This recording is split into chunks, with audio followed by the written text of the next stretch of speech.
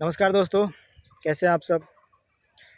अभी जो मैं बात करने वाला हूँ, यह वीडियो मेरा है भेदभाव को लेकर के।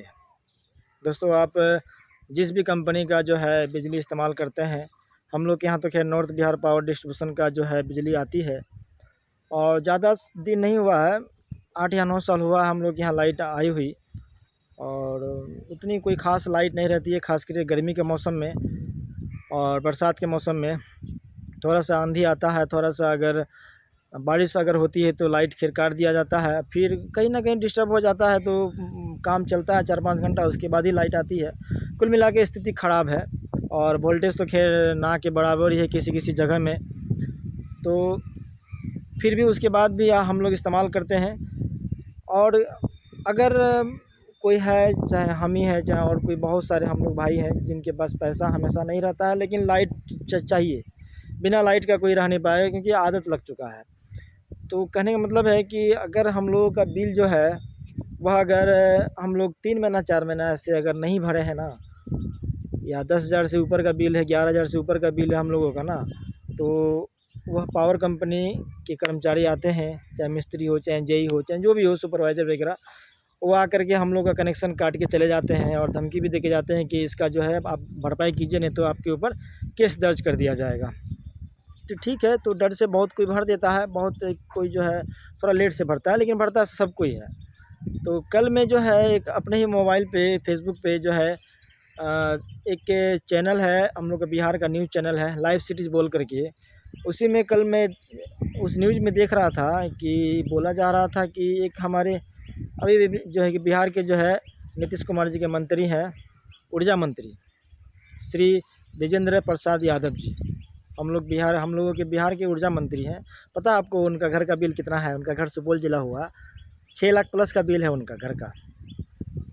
ठीक है, 6 लाख प्लस का बिल है उनके घर का और अभी तक उनका घर का कनेक्शन जो है नहीं काटा गया है।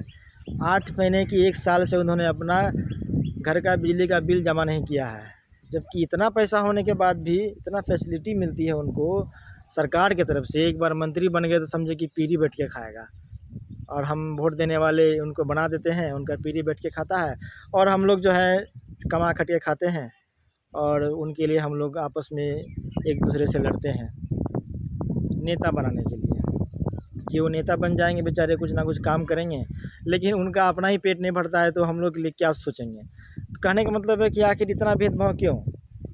वो भी इंसान है, हम भी इंसान हैं, फ़र्क यही कि वो नेता बन चुके हैं और हम जो है आम जनमानस ही रह गए हैं उनको वोट देने के बाद।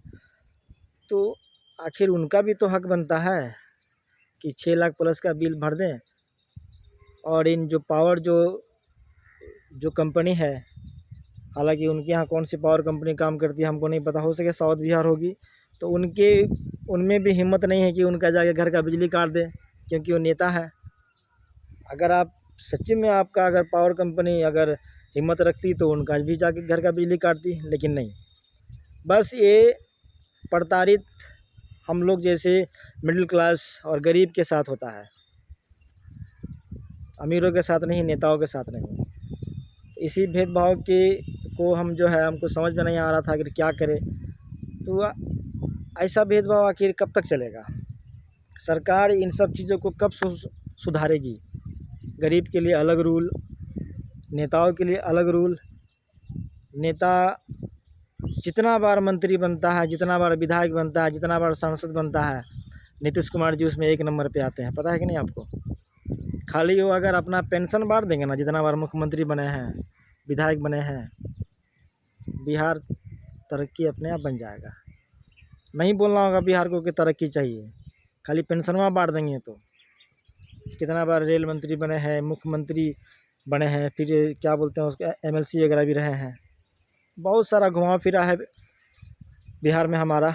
लेकिन इन सब चीज़ों से जो है लगाम लगना चाहिए, सरकार को लगाना चाहिए लगाम, कि कम से कम बिजली बिल तो कम से कम आप लोग भी समय पे भरा करें।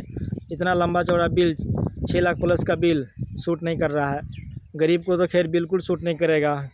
अगर इतना बिल अगर गरीब का रहता तो गरीब मर जाता मेरे ख्याल से, और कितने गरीब मरे हैं। ठीक है, अगर यह मेरा वीडियो अगर आप लोगों को अच्छा लगे शेयर कीजिएगा, लाइक और कमेंट भी कीजिएगा। बहुत बहुत धन्यवाद। मैं चट्टान सिंह फिर से आऊँगा आप लोगों के लिए फिर एक नया वीडियो लेकर के। धन्यवाद।